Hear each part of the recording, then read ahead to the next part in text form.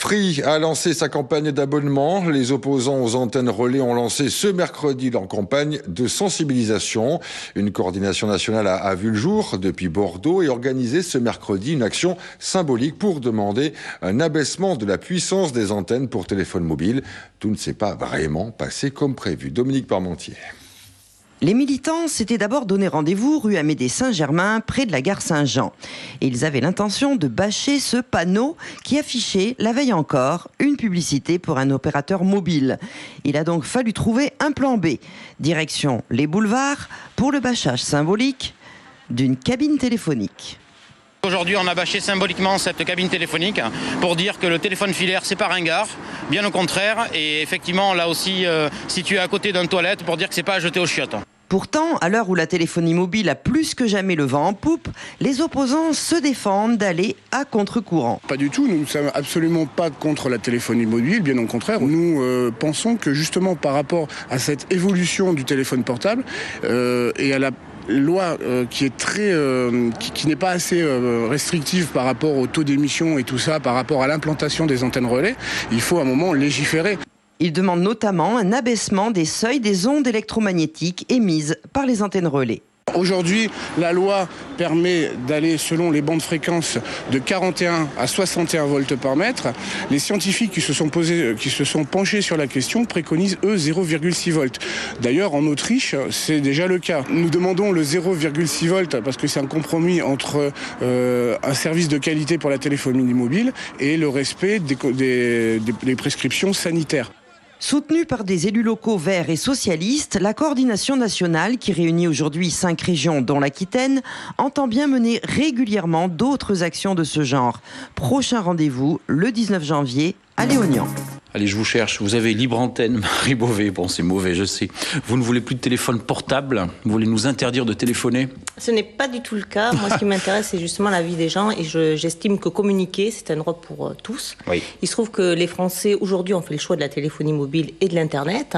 Maintenant, il suffit de trouver les conditions pour que cette téléphonie mobile et Internet puissent se faire dans de très bonnes conditions, et notamment en respectant des préconisations sanitaires qui ont été demandées par l'Union européenne en mai dernier. Alors, résumons la situation. Vous avez un petit badge, on ne le voit pas, il est trop petit, mais on va voir quelques images, puisque ce matin, vous étiez dans une des rues de Bordeaux, à la gare, rue Amédée Saint-Germain, voilà, où il y a une énorme antenne. D'ailleurs, vous vouliez faire une opération, je vous laisse finir, on voit quelques images, puisque vous êtes déplacé après du côté des boulevards.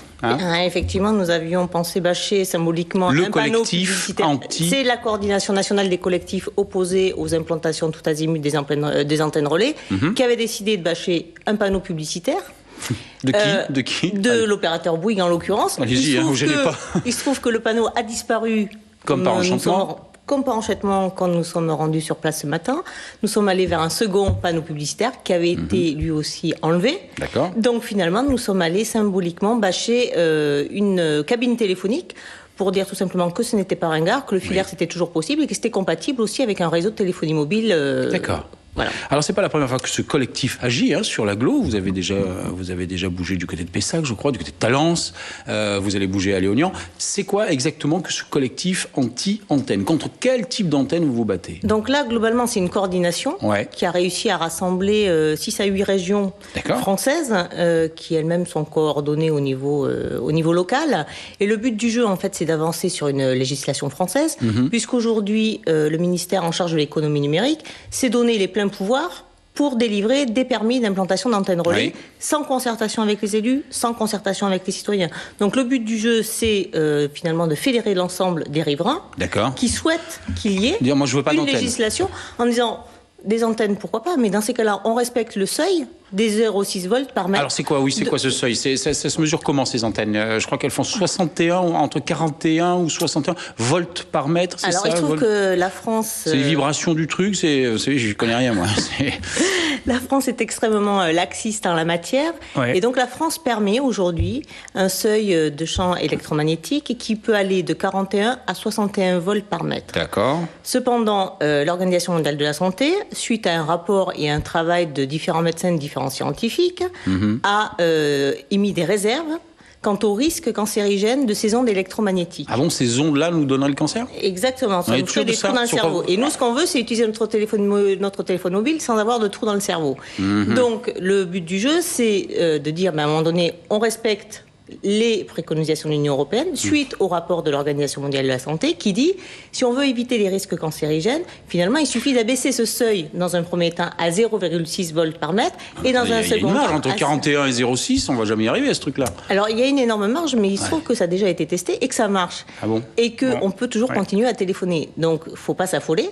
Alors pourquoi les ingénieurs mettent des antennes comme ça ? Parce qu'ils se fichent de la santé des gens. Alors ce qui est possible en fait c'est de multiplier le nombre d'antennes en faisant des antennes qui sont moins puissantes et en faisant en sorte que petites antennes et en faisant en sorte que les champs électromagnétiques ne se croisent pas.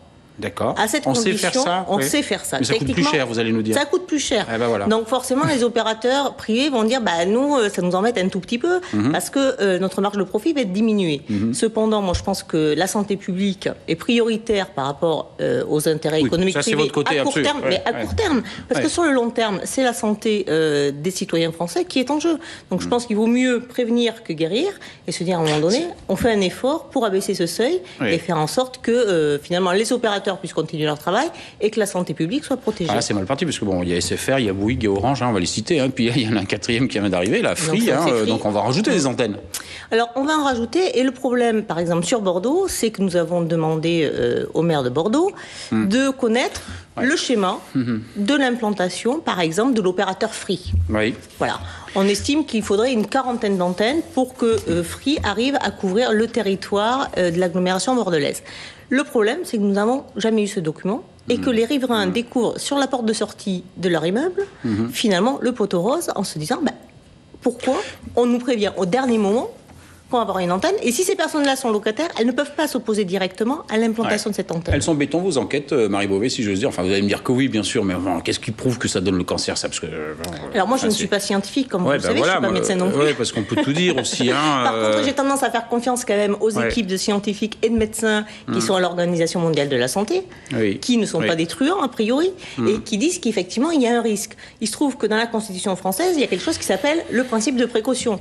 Donc, à un moment donné, on peut aussi se dire qu'on respecte notre Constitution, et s'il y a risque, on ne prend pas ce risque, on abaisse le seuil, on demande aux opérateurs de mettre un peu la main à la poche de manière à faire un réseau en concertation avec eux qui ne mettent pas la santé publique en danger. Bon, d'accord, donc on peut demander à son maire et au collectif. Alors non, on ne peut pas demander à son maire, ça a changé, figurez-vous, puisque notre cher ministre chargé de l'économie numérique, comme il s'est donné les pleins pouvoirs, a suspendu l'ensemble des arrêtés municipaux qui permettaient justement de donner un certain nombre de règles aux opérateurs, par exemple de ne pas installer une antenne à moins de 100 mètres d'une école primaire ou d'un lieu qui accueillait des personnes âgées.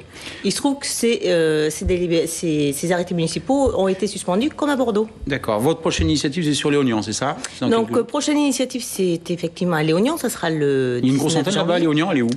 Donc, la spécificité de Léognan, c'est que l'antenne, donc c'est une antenne Bouygues, qui a été implantée, Ils vont être contents, là. qui a été implantée en fait, dans le jardin d'un propriétaire privé. Ah ben voilà, là, ce n'est absolument pas sur un terrain communal. Le problème, c'est que cette implantation a été contestée par le maire, Bernard Fath, qui dit que cette implantation ne correspond pas finalement aux règles de plan local de l'urbanisme de la commune.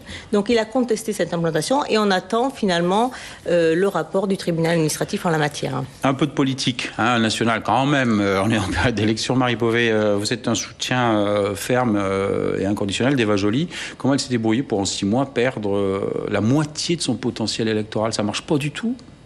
Je pense qu'on est dans une... mauvaise phase. Mauvaise phase, mais une mauvaise phase, je pense, pour tout le monde.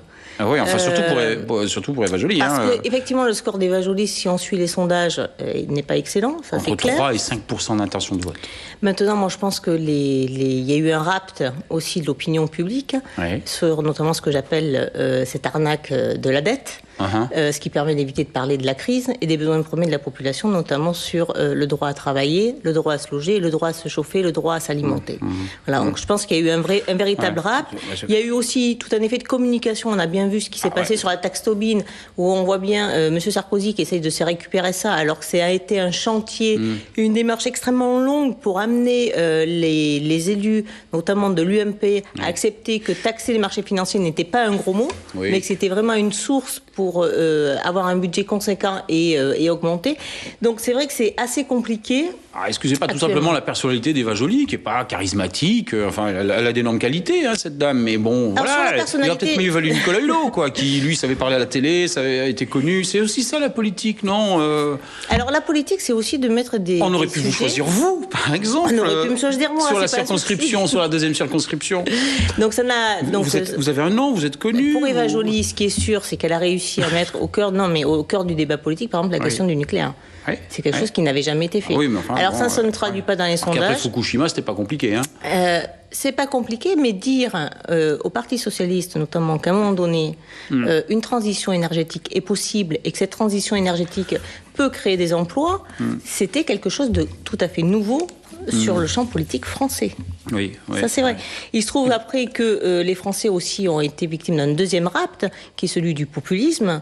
Populisme dirigé par Marine Le Pen, mais dirigé aussi, pour une certaine part, par le Front de gauche, qui finalement surfe aussi sur un discours assez nationaliste, assez carte d'assurance finalement. Et vous, Marie Beauvais, n'éludez pas la question. Pourquoi vous n'avez pas été choisie, vous, sur la deuxième circonscription? C'est vrai, vous dites, on a choisi les vieux, on vous a reproché d'être apparatchik, de représenter l'appareil politique parisien, non?